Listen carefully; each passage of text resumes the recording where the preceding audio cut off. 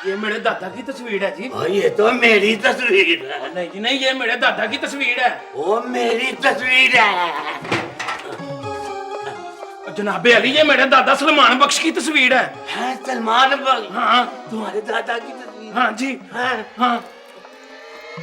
ये आप क्या कर रहे हैं जी? ओ मेरा पोतरा, ओ मेरा पोतरा। दादाजी, ओ बिस्मिल्लाह। यार तुम तो बिल्कुल ही रूही हुआ है। और दादाजी, ओए आप यहाँ बड़ा, अब्बा तो आपको वसूल करने कराची गया है। लो, मुझको वसूल करने गया, मेरी बिल्टी छुड़ाने के लिए गया है। मुझको आमों का क्रेट समझ रखा। नहीं नहीं दादाजी, हमने उधर आपको बड़ा ढूंढा था, और आप कहीं नजर ही नहीं आए। और नजर कैसे आता? मैं वो प्लेटफार्म आने से जरा पहले ना गाड़ी से जंप करके लैंड कर गया था। कर गया था? अब वो क्यों? और यार क्या नाम है तुम्हारा?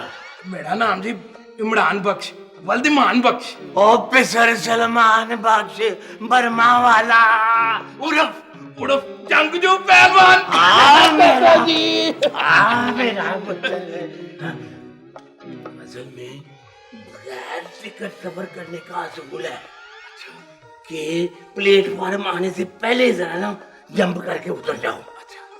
बगैर टिकट के असूल ही यही है, और ये असूल पाकिस्तान हिंदुस्तान में भी चलता है, बर्मा में चलता है, चीन जापान में भी चलता है। अच्छा जी। हाँ दादाजी, इधर खड़े, मैं आपके जूते उतारूं।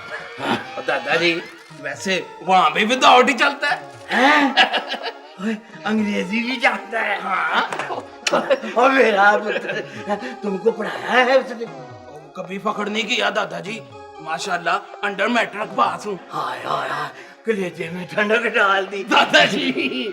हाय, बड़ा नमकीन पुम्मा है तेरा यार, जरा मीठा ज्यादा खाया करो। अच्छा तो तुम अपना वो खानदानी काम नहीं करते?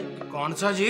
वो पहलवानी। नहीं जी नहीं, मैं इस टाइप का बंदा नहीं हूँ। वो फिर तो गंदी टाइप का ही बंदा हुआ ना यार, अपना खानदानी काम ही भूल गया है।